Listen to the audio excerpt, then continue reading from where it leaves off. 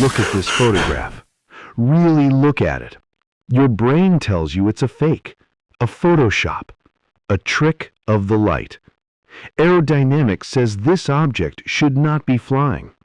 Physics says it should have tumbled out of the sky like a stone. Common sense says everyone inside should be dead. This is a Boeing B-17 Flying Fortress. On October 15, 1944, over Cologne, Germany, this plane took a direct hit that turned it into a convertible.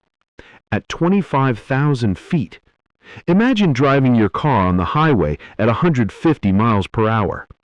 Now imagine the windshield, the dashboard, and the entire hood of your car are suddenly ripped off. Now imagine you are 5 miles above the earth. The temperature is 60 degrees below zero, and people are shooting at you. This is not a movie. This is the true story of First Lieutenant Lawrence DeLancey and a crew who refused to die. It is a story that answers the question, how much punishment can a machine take, and how much terror can a human being endure? To understand the miracle, you must first understand the machine, the B-17 Flying Fortress. It wasn't the fastest plane in the war. The British Spitfire could run circles around it. The German Me-262 jet could leave it standing still. It wasn't the biggest. The B-29 Super Fortress dwarfed it. But the B-17 had a quality that no statistic could measure. It was tough. When Boeing designed the Model 299 in the mid-1930s, they didn't build a plane. They built a tank with wings. The philosophy was redundancy. If one cable snapped, there was another. If one engine died, you had 3 left. If 2 died, you could limp home on 2. There are stories of B-17s coming home with their tails sliced off, with wings full of holes you could crawl through, with fires burning in the fuselage. Veterans called her the Queen. They loved her not because she was beautiful, though she was, but because she brought them home. They would pat her aluminum skin before a mission like you would pat a loyal dog. They trusted her with their lives. But on that cold morning in October 1944, that trust would be tested beyond the breaking point. Narrator. Northampstead, England, home of the 398th Bomb Group. The mood in the briefing room is tense. The target for today, Cologne, Germany. Cologne, the industrial heart of the Reich. It is a milk run, slang for an easy mission, or so they thought. Meet the crew of the B-17. In the left seat, the pilot, First Lieutenant Lawrence DeLancey. Young, capable, the kind of man who didn't talk much, but whom everyone listened to. In the nose, the toggler, bombardier, Staff Sergeant George Abbott. His job was to toggle the switch that dropped the bombs when the lead plane dropped theirs. Unlike the pilots protected by armor plating, Abbott sat in the very front of the plane, the goldfish bowl. Plexiglass was the only thing separating him from the enemy. Sitting in the nose of a B-17 is the best view in the world, and the worst place to be when the shooting starts. You are floating in the sky. You see the flak bursting before anyone else. You see the German fighters lining up for a head-on pass. George Abbott climbed into that glass bubble that morning, unaware that it would become his tomb. 0630 hours. Engines start. The B-17, heavy with fuel and high explosive bombs, lumbers down the runway. It defies gravity, lifting slowly, painfully into the gray English sky. They form up, the combat box, a tight formation designed to overlap machine gun fire. Hundreds of planes, thousands of men. A stream of aluminum flowing towards Germany. Crossing the channel, the temperature drops. Inside the unpressurized fuselage, it is minus 60 degrees Fahrenheit. If you take off your glove to adjust a switch, your skin freezes to the metal instantly. Tear it away, and you leave your flesh behind. The crew is on oxygen. The rhythmic hiss-click of the regulators is the only sound over the roar of the engines. Approaching Cologne, the sky ahead begins to smudge with black puffs. Flak, anti-aircraft fire. To a layman, it looks like popcorn popping. To a pilot, it looks like death. Each of those black puffs is a cloud of razor-sharp steel shrapnel. The Germans aren't aiming at individual planes. They are filling the sky with a box of steel that the bombers have to fly through. Flak so thick you could walk on it. That's what the veterans said. DeLancey holds the plane steady. You can't dodge flak. If you turn, you break formation. If you break formation, the German fighters pick you off. You just have to sit there, fly straight and level, and pray to a God who seems very far away. In the nose, George Abbott is preparing to drop. His finger is near the toggle switch. He is the tip of the spear. He is the first one to arrive at the target. Seconds away from bombs away. DeLancey checks his instruments. Everything is green. The engines are humming. The formation is tight. It is a textbook mission until it isn't. There is no warning, no whistle of an incoming shell, just a sudden, violent erasure of reality. A direct hit, right in the nose. The explosion doesn't just damage the plane, it decapitates it. The plexiglass nose, gone. The Norden bomb sight, gone. The chin turret with its twin .50 caliber machine guns hanging by a thread. And Staff Sergeant George Abbott, gone. DeLancey is thrown back against his seat. The concussive blast rings his bell. For a moment, he is blind. Debris, dust, and freezing air swirl around him like a tornado inside the cockpit. The noise is deafening. It's not the roar of engines anymore. It's the scream of a hurricane rushing through a tunnel. He shakes his head, trying to clear the cobwebs. He looks forward. He expects to see the instrument panel. He expects to see the back of the bombardier's compartment. Instead, he sees Cologne. He sees the sky. He sees the ground 5 miles below, rushing past between his boots. The front of his plane has simply ceased to exist. Imagine opening your freezer at home. That cold air hits you.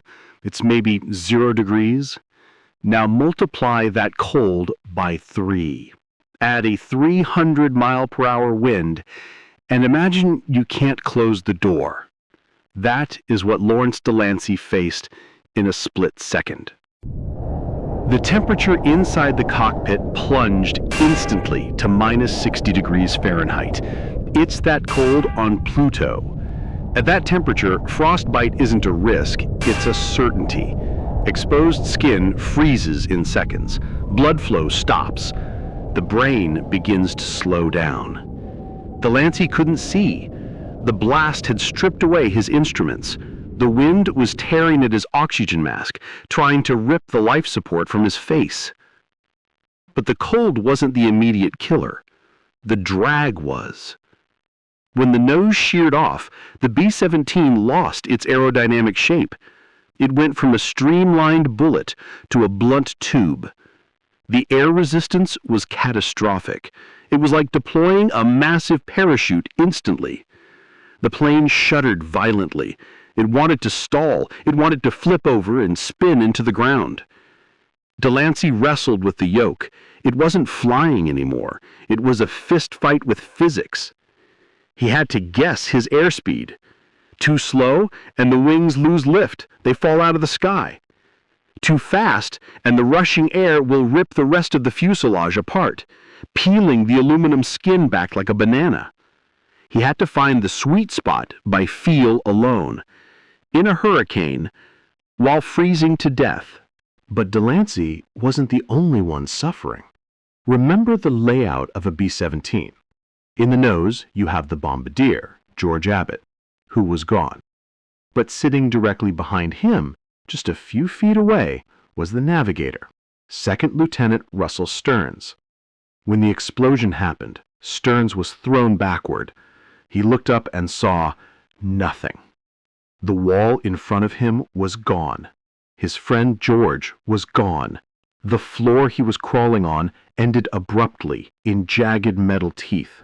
One step forward, and he would fall 25,000 feet to Cologne below. Miraculously, Stearns was alive, but he was trapped in a nightmare. The wind in his compartment was even worse than in the cockpit. It was a vortex. Debris from the explosion pinned him down. Electrical fire sparked around him before being blown out by the freezing wind. He checked his oxygen hose, still connected. That was his lifeline. But then he looked at the electrical cables. The B-17 is an electric bird. The nose contained critical wiring for the engines, the turrets, the intercom. The explosion had severed them. Short circuits were popping everywhere. If a spark hit the oxygen line, boom. If a spark hit the fuel lines running through the wing roots, boom. Stearns, half frozen and in shock, realized he had to secure the wreckage. He began crawling towards the hole. Think about the courage that takes. Crawling to the edge of a cliff that is moving at 200 miles per hour, to tie up loose wires so your friends don't blow up. This is the definition of heroism. Not shooting down planes, but doing your job when the world has ended. Back in the formation, other pilots couldn't believe their eyes. Radio chatter lit up. My God, look at that ship. Where is the nose? The whole front is gone.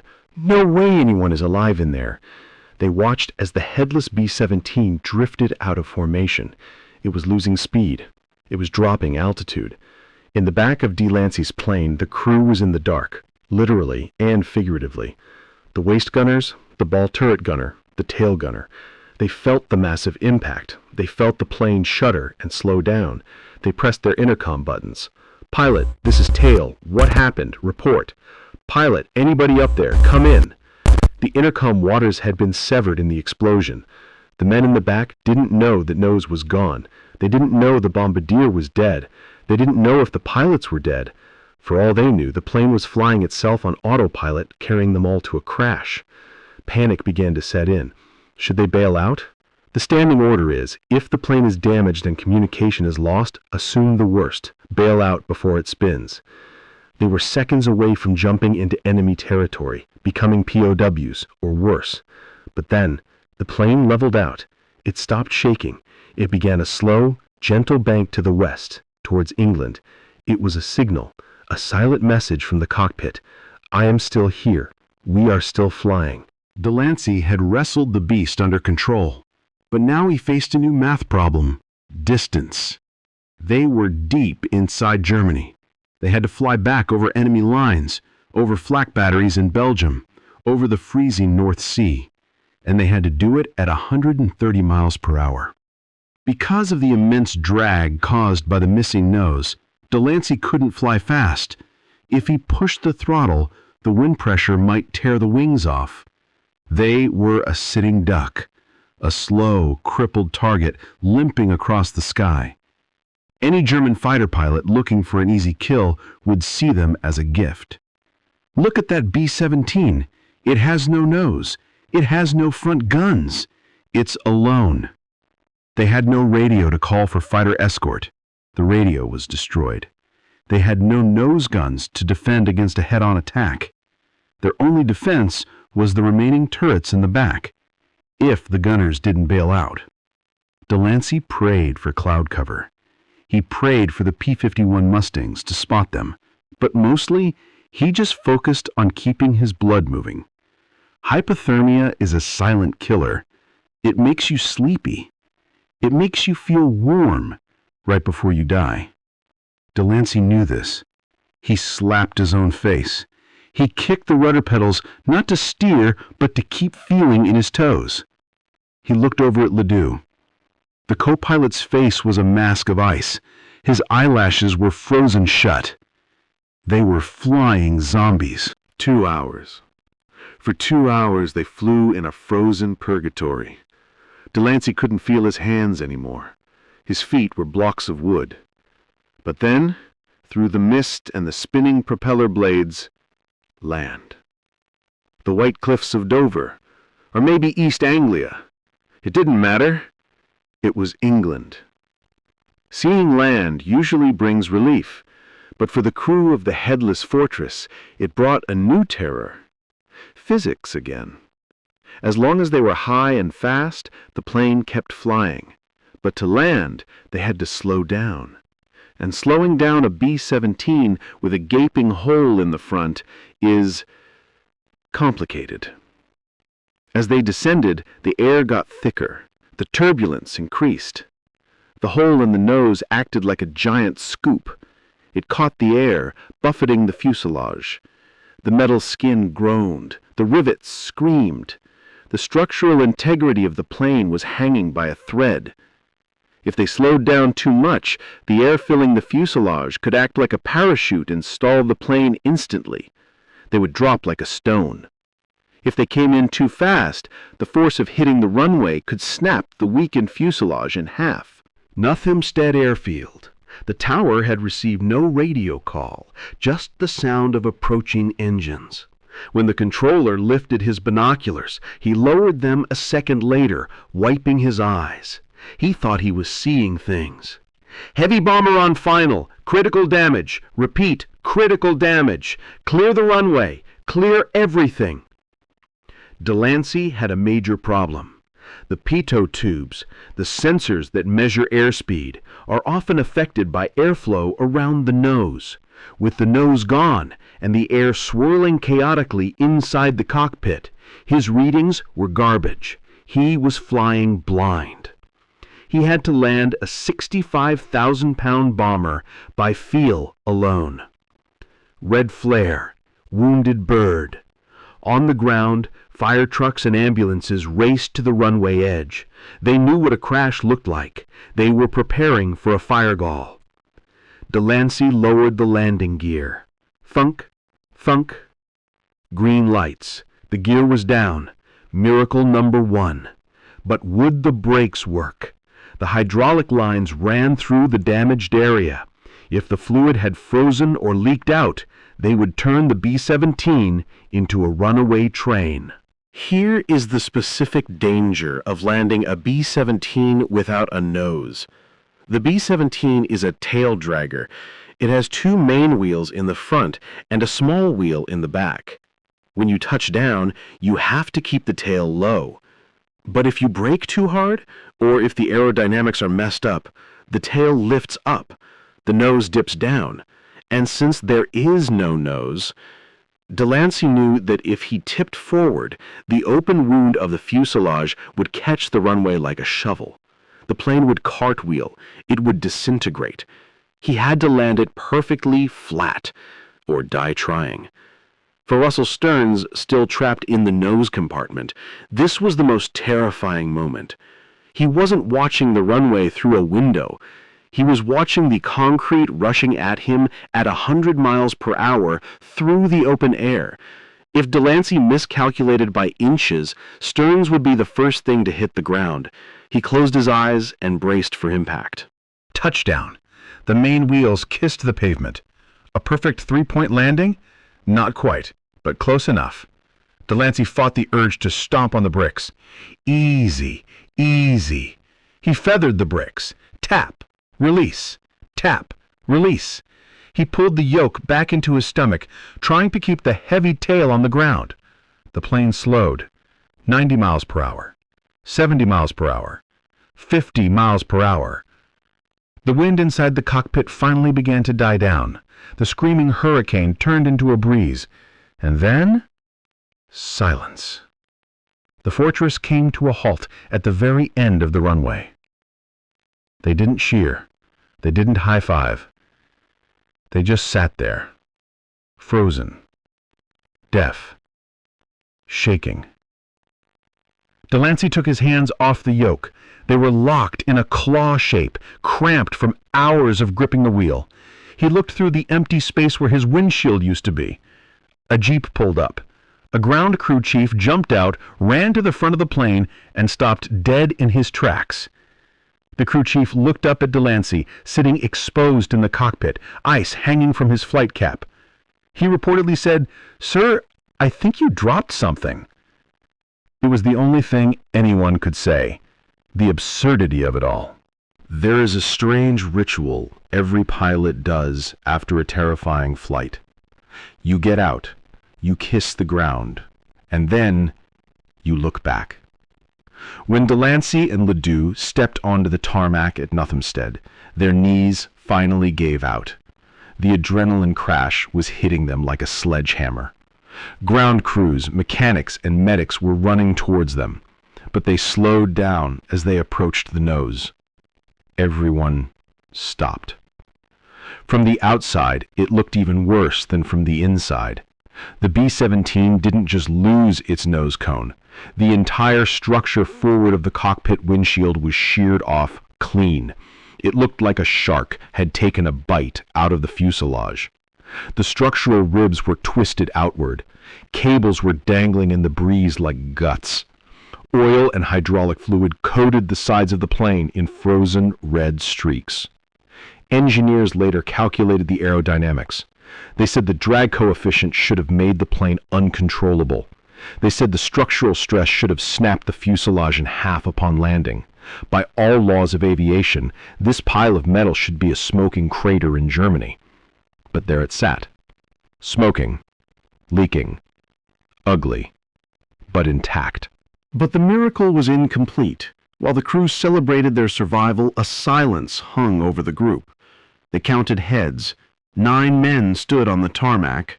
1 was missing. Staff Sergeant George Abbott.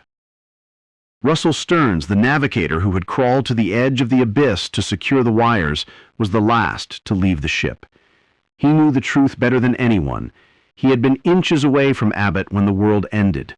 There was no body to recover, no funeral to hold.